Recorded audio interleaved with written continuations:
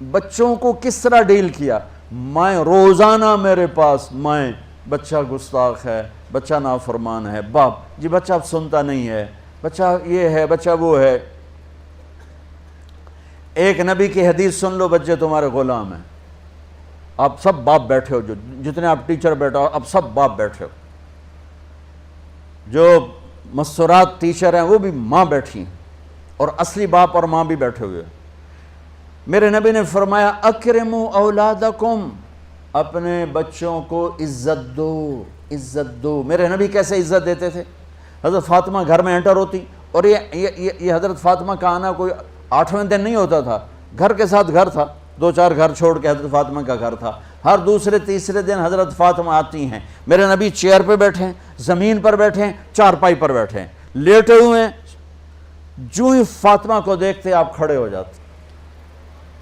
سبحان اللہ. کوئی اپنے بچوں کے لیے کھڑا ہوتا ہے؟ آپ لوگ کلاس روم میں آتے ہو تو آپ کے لیے بچے کھڑے ہوتے ہیں، اور میرے نبی کیا یہ بچے آپ کی اولاد ہیں؟ میرے نبی کھڑے ہو جاتے، اور وہیں نہیں کھڑے رہتے تھے بلکہ تیزی سے آگے بڑھتے تھے، اور جا کر حضرت فاطمہ کا ہاتھ پکڑ لیتے تھے مسافر کے، اور پھر دیکھو مجھے یوں بوسہ لیتے، پھر ہاتھ پکڑے پکڑے پکڑے لے کر آتے، پہلے حضرت فاطمہ کو بٹھاتے پھر خود بیٹھتے تھے. تو پھر کیا جنت کی عورتوں کی سرداری مل گئی. اپنے زبان کا بول میٹھا کرو، اپنے اخلاق اچھے کرو، اپنا چہرے کو خوبصورت کرو. جو اللہ نے دے دیا ہے، اس کو مسکرانے سے سجاؤ. مسلمان کو مسکرا کے ملنا بھی صدقے کا ثواب ہے. اور اس موبائل نے تباہی پھیر دی ہمارا. بچہ بات کر رہا ہے اور اماں لگی ہوئی ہے ڈرامے دیتے، ہاں بتاؤ سن رہی ہوں، بکو کیا بک رہے ہو، سن رہی ہوں. دیکھو اللہ کے واسطے یہ فون ہے بھائی، فون ہے، اسے ضرورت کے لیے استعمال کرو، اس کو اپنے لیے لعنت مصیبت نہ بناؤ. ایک خاتون پیپر چیک کر رہی تھیں، ٹیچر تھیں، تو چیک کرتے کرتے رونے لگیں. تو ان کے خامند نے پوچھا کیا ہوا؟ تو انہوں نے پیپر آگے کر دیا، اوپر roll number dash dash dash. تو اس میں تھا کہ تم کیا بننا چاہتے ہو، ایک کویسچن تھا، تم کیا بننا چاہتے ہو؟ تو اس بچے نے یہاں سے شروع کیا، I want to be a smart phone.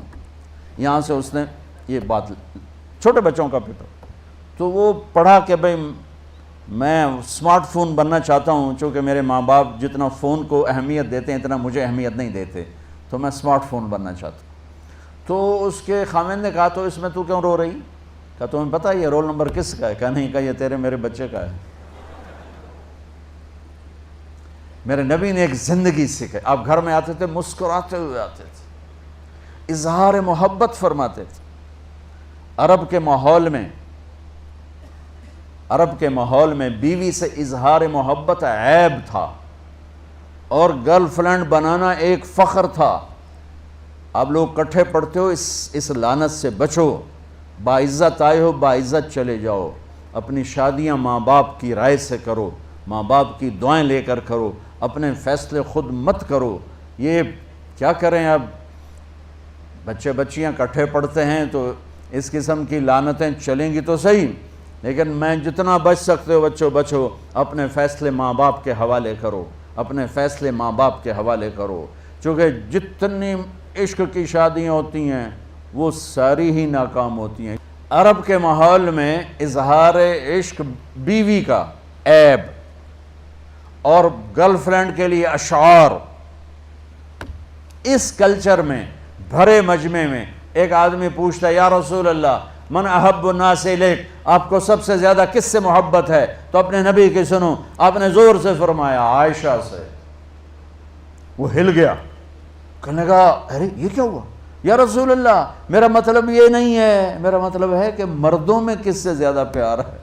تو آپ کو پتہ چل گیا، اس کی نبض پہ ہاتھ رکھ لیا کہ اس کو ہضم ہی نہیں ہوا کہ میں نے عائشہ کا نام لے دیا. اب آپ نے کہنا تھا ابو بکر سے، تو آپ نے کہا عائشہ کے ابا سے، عائشہ کے ابا سے. آپ اتنے کائنات کا بوجھ سر پہ اٹھا کے زندگی گزاری، اور اپنے حسنین کے لیے روزانہ وقت نکالتے تھے.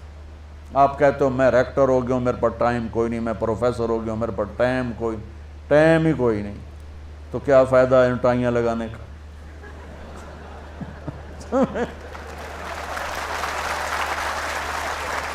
تمہارے لیے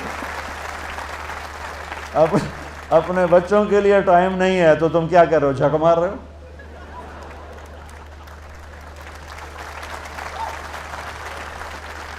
میرے نبی سے زیادہ مصروف کوئی آئے گا؟ بولو، جواب دو زور سے۔ 7 بر اعظم کے انسان اور قیامت تک کے انسانوں کی ذمہ داری سر پر ہو، اور وہ روز بچوں کے لیے وقت نکالیں۔ این اللقا، میرے شرارتی بچے کدھر ہیں؟ روزانہ دوسرے تیسرے دن آپ حسنین کو ٹائم دیتے۔ اب کیسے ٹائم دیتے؟ دیکھو ان کے لیے ایسے آپ ان کے لیے ہاتھ بھی بچھا دیتے اور پاؤں کے گھٹنے بھی اٹھا دیتے، ہاتھ اور گھٹنے لیول کر کے، کمر پورا جیسے سواری کا ہوتا ہے۔ آؤ بھائی بچوں اپنے اونٹ پہ چڑھ جاؤ، دونوں بچوں کو اوپر چڑھا کر کمرے میں چکر لگاتے، پھر کہتے تمہارا اونٹ کیسا ہے، پھر دونوں کو اتار کے زینب کو اوپر چڑھاتے، پھر کہتے اوپر سے آ گئے حضرت جابر ایک دفعہ کہ حسنین اوپر چڑھے ہوئے تھے، بڑی عالی شان سواری ہے بھائی، بڑی عالی شان سواری ہے بھائی، تو میرے نبی نے نیچے سے کہا بڑے عالی شان سوار ہیں بھائی، بڑے عالی شان سوار ہیں بھائی، میرا سب سے بڑا سرمایہ میری اولاد ہے، میں نے اسے ٹائم نہ دیا، میں نے اسے یہ سب آپ کی اولاد بیٹھے ہوئے ہیں، سب آپ کی اولاد بیٹھے ہوئے ہیں۔ ٹیچر کا رتبہ بہت بلند اللہ نے بنایا ہے۔